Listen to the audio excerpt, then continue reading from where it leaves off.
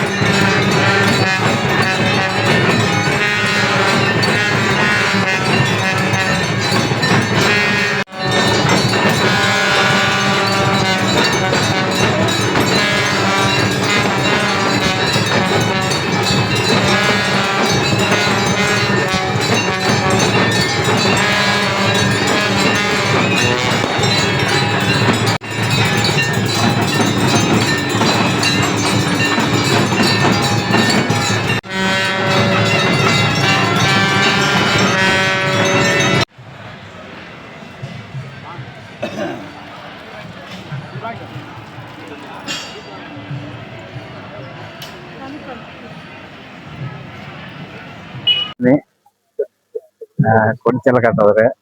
போன வாரம் பூச்சாட்டு நடந்தது, சிறப்பான முறையில் நடந்தது. இந்த வாரம் வந்து கொடியேற்ற பூசை. இன்னும் ஒரு அரை மணி நேரத்தில் பூசை ஆயிரம். இந்த கொடி கட்டின பின்னாடி அங்கே பெரும்பூசை நடக்கும். அதே மாதிரி அடுத்த வாரம் முதல் பூசை, அதுக்கு அடுத்த வாரம் மறு பூசை, மகந்தேர் வரும். அதில் ஏதோ அது முடிஞ்சது. வியாழன், வெள்ளி, சனி, ஞாயிறு மாட்டு கடை, குதிரை கடை, அதெல்லாம் விமர்சனம். கொடியேற்ற பூஜை இருக்கிறாங்க எப்போ நடந்துட்டு இது வருஷம் காலங்காலம் நடக்கிறது.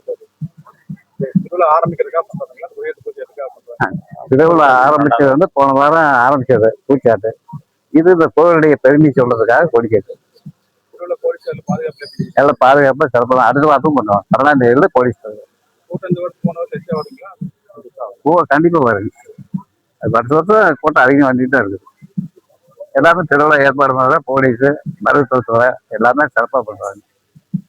4 நாளைக்கு அங்கே திருவிழா நடக்குது.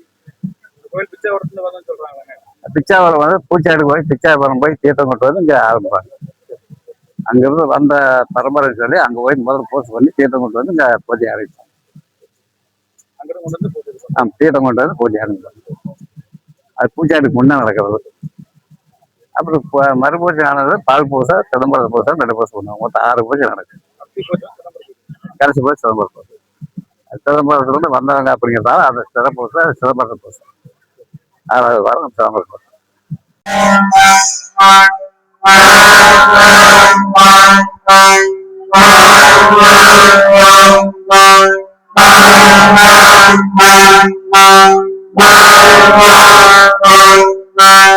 இது பேர் வந்து தாரை வாத்திங்க.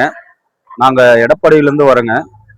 இந்த குருணாசாமி கோயிலுக்கு வந்து நாங்க பரம்பரையா வாய்ச்சிட்டு இருக்குங்க. ஆதி காலத்துல இருந்து வாய்ச்சிட்டு இருக்குங்க. இது பாத்தீங்கன்னா திருவிழா, கும்பாபிஷேகம், கல்யாணம், இது மாதிரி எல்லா சுப நிகழ்ச்சிகளுக்கும் வாய்ச்சிட்டு இருக்குங்க. நாங்க மொத்தம் ஒரு 30 பேர் இருக்குங்க. ஃபோன் நம்பர் பார்த்தீங்கன்னா 99 42 74 24 48ங்க.